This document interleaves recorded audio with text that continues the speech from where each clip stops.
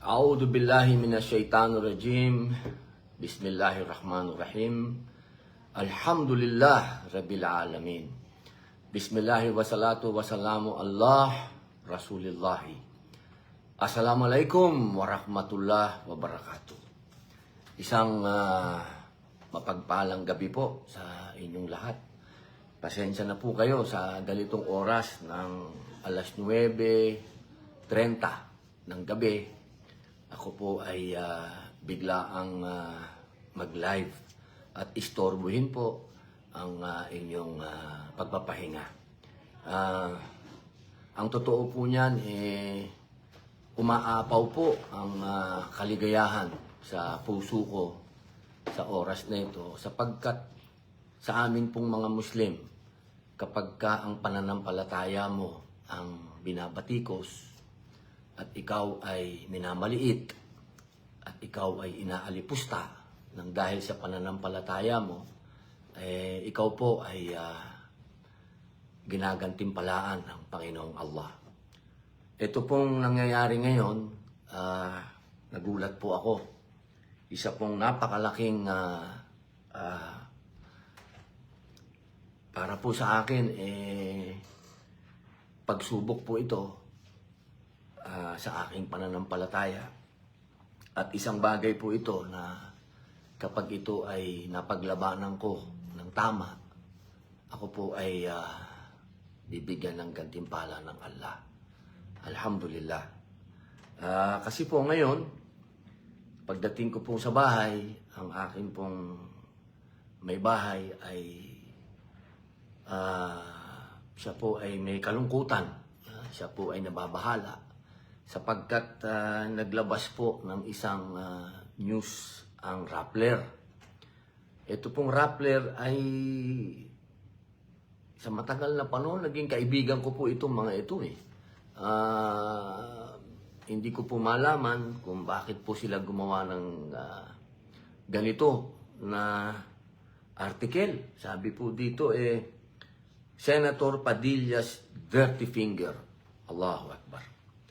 Sabi po dito, during the opening of the Senate plenary session on September 8, 2025, Senator Robin Padilla flashed his middle finger, Allahu Akbar, a vulgar gesture, while making it appear he is just placing his right hand to his left chest while singing the Philippine national anthem.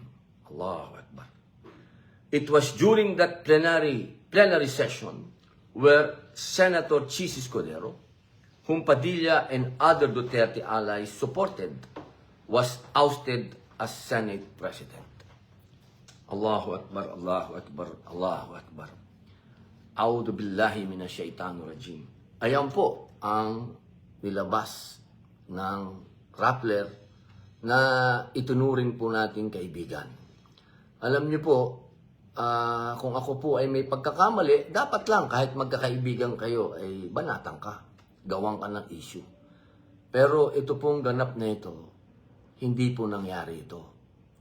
Meron pong larawan na tunay kung ano po yung ating ginagawang kalima. Gusto ko pong iparating sa inyong lahat.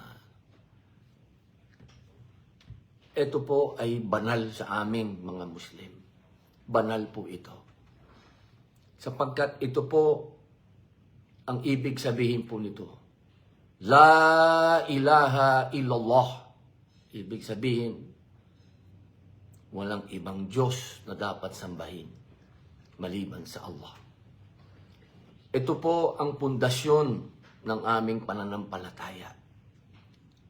Dito po nakasalalay ang aming pag-ibig, paggalang, pagsunod sa Panginoong Allah.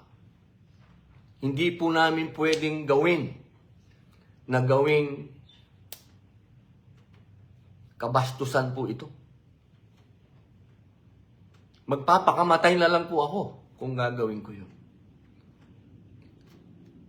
Hinihingi ko po na wag po na sana natin itong gawing kalokohan.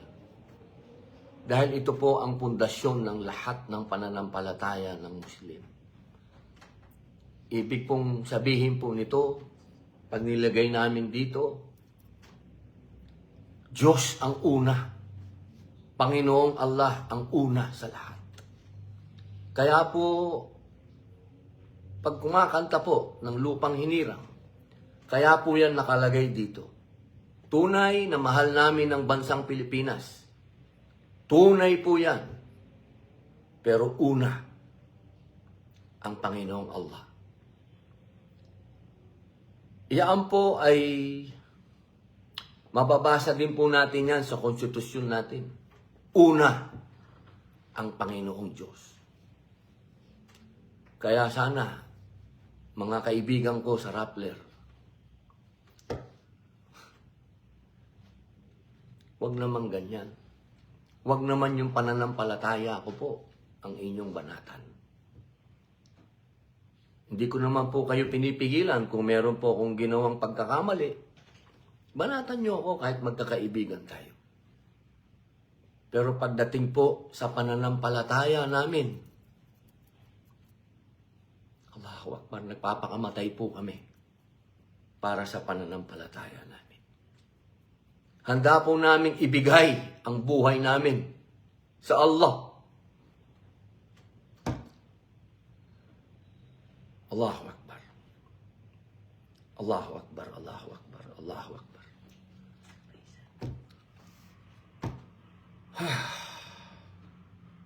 Nasaan yung picture ng... Ito to, ito yung original. Tapos, Ito po, hindi ito, yung mahaba ang suot. yung isa. Mahaba ang... Ano. Ito. Ito po yung original. Ayan po. Makikita nyo po. Wala po akong ginawang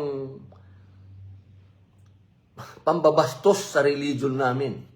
At wala din po akong ginawang pambabastos sa ating watawat. Wala po.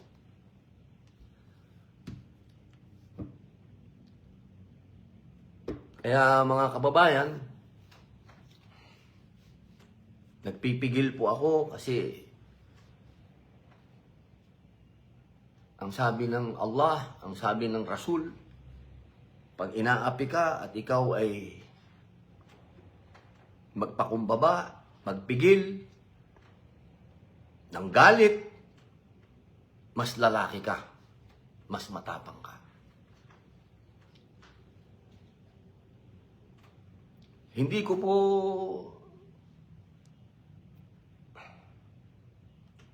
Allahu Akbar. Allahu Akbar. Assalamualaikum. Yun lang po ang masasabi ko. Assalamualaikum. Sumayin niyo po ang kapayapaan. Humihingi po ako sa mga kababayan natin na naligaw nito. Na naligaw ng fake news na ito. Sa fake news article na ito. Sa lahat po sa inyong lahat.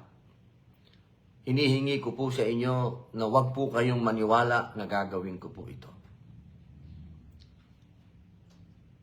Magpapakamatay na lang po ako. Hindi ko po yan magagawa. Allahu Akbar. Marami po ang nagsasabi sa akin na magdemanda. Magdemanda ako. Ay mababawasan po ako ng reward. Ipagpapasa Diyos ko po ito.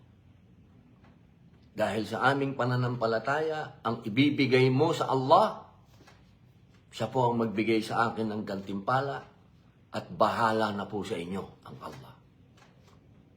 Yun lamang po.